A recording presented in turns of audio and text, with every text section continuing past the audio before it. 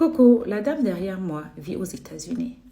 Et vivant aux États-Unis, elle s'occupe de la famille dans son pays, elle s'occupe de tout le monde, de ses belles-sœurs, de ses beaux-frères, de ses petits-enfants, des enfants de ses frères et de ses sœurs. Bref, elle fait tout pour tout le monde.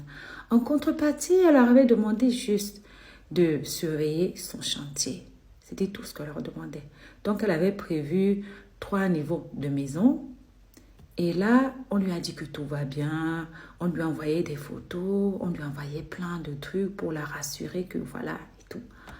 Donc, elle arrive en Afrique, elle savait que sa maison l'attend, elle va aller habiter dedans et tout. Et là, elle arrive, voilà tout ce qu'elle trouve.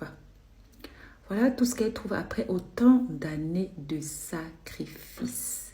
Autant d'années à faire que personne ne manque de rien. Elle dit qu'elle a travaillé comme une malade parce qu'il fallait que non seulement sa maison de rêve, son projet voit le jour, mais aussi elle voulait pas décevoir sa famille, donc elle voulait qu'il ne manque de rien. Comme ça, ils n'ont pas de raison de prendre de l'argent sur ce qu'elle a investi, sur ce qu'elle compte investir pour sa maison. Et là, elle tombe des nues parce que non seulement elle s'est occupée de comme personne, et en plus de ça, eux, ils ont piqué l'argent de son loyer, de sa maison. Ils n'ont pas construit comme elle avait dit. Ils ont fait que ça et ils lui ont montré des photos qui n'avaient rien à voir avec l'état actuel de sa maison. Limite, elle est en train de dire que là, il faut tout casser.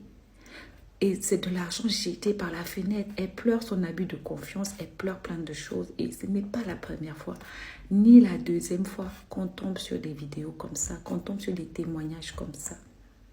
Souvent, j'aime bien le dire, souvent il y a plusieurs personnes qui restent ici en Europe jusqu'à mourir, se faire enterrer ici. Mais ce n'est pas parce qu'ils ont prévu ça, c'est à cause de l'abus de confiance des familles. Là, maintenant, la pauvre dame, ça gâte les relations entre sa famille et elle. Elle est déçue.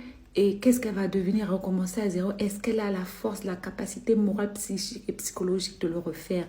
Vraiment, ma famille, de refaire, je ne sais même pas comment je vais vous dire.